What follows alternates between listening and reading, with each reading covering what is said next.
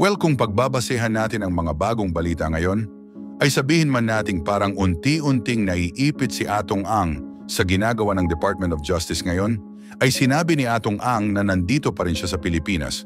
Pero ang malaking tanong nasa Pilipinas pa rin ba talaga siya hanggang ngayon? Nasa Pasig ba talaga siya? At bakit hindi na siya lumalabas sa media ngayon? Anyway, ito pa pala yung iba pang balita. Sa mga pinakahuling pangyayari, kinumpirma ng Department of Justice na matibay ang kasong isinampa laban sa kilalang negosyanteng si Atong Ang, batay sa kasalukuyang ebidensya at mga pahayag ng mga saksi na isinumite ng mga investigador.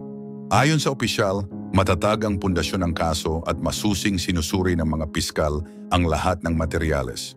Sa kasalukuyan, isang panel ng mga piskal ang inatasang tapusin ang kanilang pagsusuri sa mga reklamong kriminal sa darating na linggo.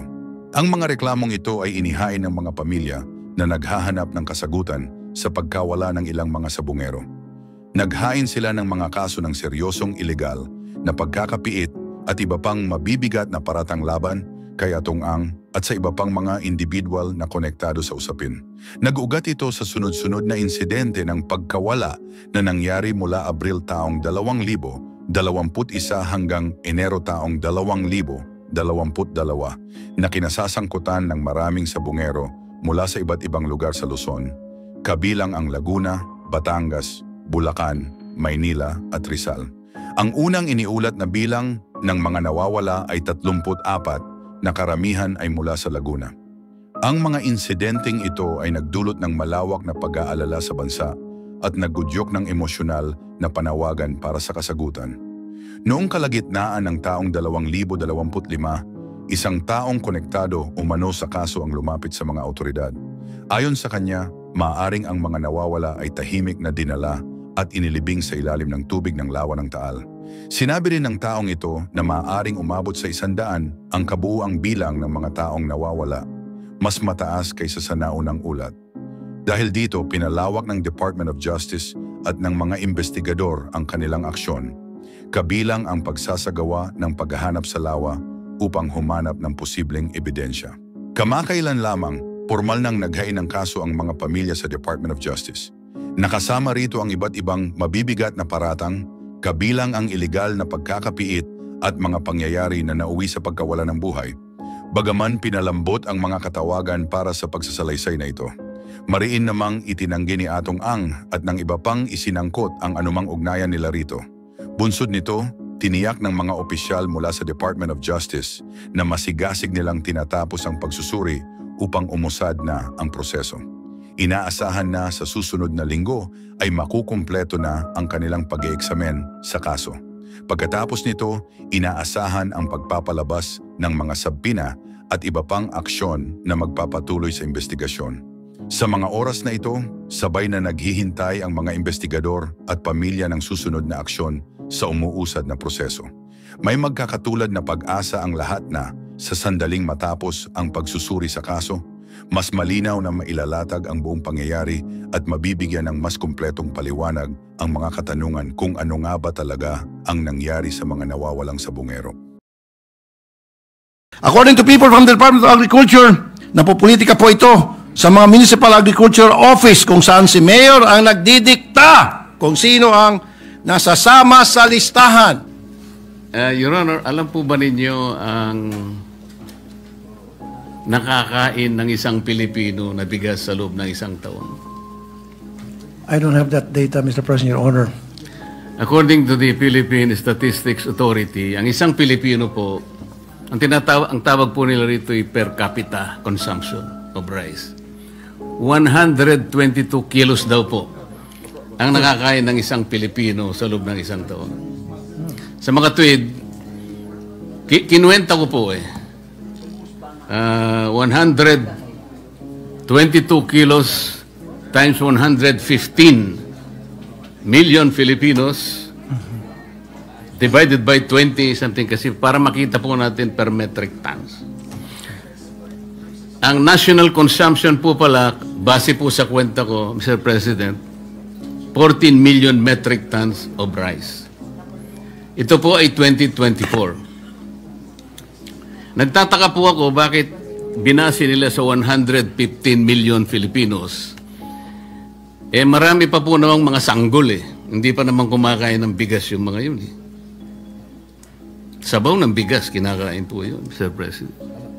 Meron din pong mga probinsya ang ating bansa na kumakain ng kasaba. Sa Mindanao po siguro, marami doon. Meron din tayong mga lugar na mais ang kinakain, lalong-lalo na po sa Cebu. Sana po ay ibinawas sana ito.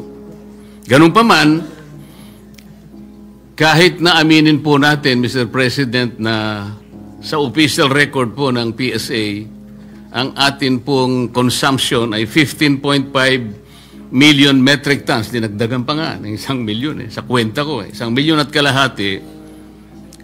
Tinanong ko rin po yung production natin ng the same year. Ang sabi po nila, 19.3 million metric tons.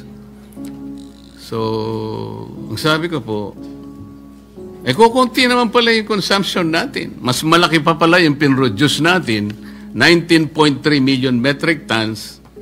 Ipagpalagay mo ng 15.5 million metric tons ang kakainin ng bawat isang Pilipino. Di sana hindi tumaas ang presyo ng bigas. Wala pa pong importation dito, Mr. President. Sa production pa lang natin, kayang-kaya na nating takpan ang pangangailangan po ng bawat isang Pilipino. So nagtanong po ako sa aking mga kaibigan sa mga concerned agencies na ayaw na po nilang ipabanggit ang mga pangalan for obvious reasons. Paano po ako nangyari yun? This seems to be a very big conundrum for all of us. Hindi po nila mahipaliwanag, Mr. President.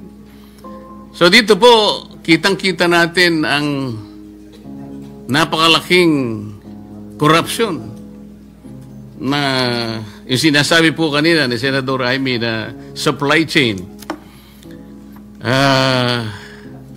Kahit na po hindi natin tingnan doon Dito pa lang sa statistics na ito Sobra po ang ating production kaysa pangangailangan natin sa pagkain.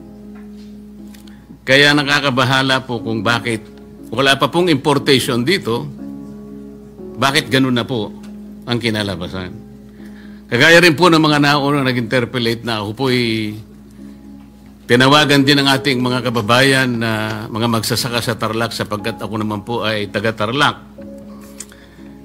At sa Pampanga, lalong-lalo na po ang Pampanga, sa Minalin, sa Florida Blanca, Candaba at Santa Ana. Halos umiiyak po sila one month ago sapagkat yung pong bagong gapas na palay ay binibili na lamang po between 7 to 8 pesos per kilo. Ang nabilad naman po, Mr. President, Your Honor, 11 to 12 pesos per kilo. Sabi po nila, umiiyak po sila literally. Nakakaawa po ang kanilang kalagayan kaya biniro ko na lamang po sila. Bakit ako po ang tinawagan ninyo? Kasi po Kapampangan kayo si Senador Lito Lapid, Kapampangan din. Pero ganito po ang gagawin natin. Kakausapin ko po ang aming mga kasama at pag-uukulan po natin ng atensyon ito pong problemang ito. Tama naman po na kailangan natin pong lunasan kaagad. Sapagkat kagaya po ng sinabi nila, wala na po kami kanyang kinabukasan pagka ganito ang patuloy na mangyayari sa amin. Sa Tarlac po, katulad po na pinag-uusapan nating tarification law, yung biyaya at pangako ng rice tarification law, sa barangay ko lamang po ay halos meron pang natitirang between 35 to 40 farmers na nabubuhay, Mr. President, Your Honor. Pero isa man sa kanila, nung tanungin ko, yung iba po ay meron ding nakalista sa RSBSA, pero ang karamihan po ay wala doon. Kaya nakikita ko, bakit wala sila sa RSBSA at yun namang nasa RSBSA, wala naman tinatanggap. Kaya kailangan po sigurong makita natin lahat yun, Mr. President. I totally agree with you, Mr. President, Your Honor. Pero kanina, medyo nakabulabog, nabanggit yung numero. Tama talaga kayo doon. Kung totoo yun, 14 million metric tons lang kailangan 115 Filipinos to makukonsume na rice in a year versus 19 million metric tons ang pinoproduce natin. sa ating bansa na bigas, ba't pa tayo mag-import? So that has to be investigated, Mr. President. Sa kanila po galing yung statistics, Mr. President. That is correct. That has to be investigated thoroughly.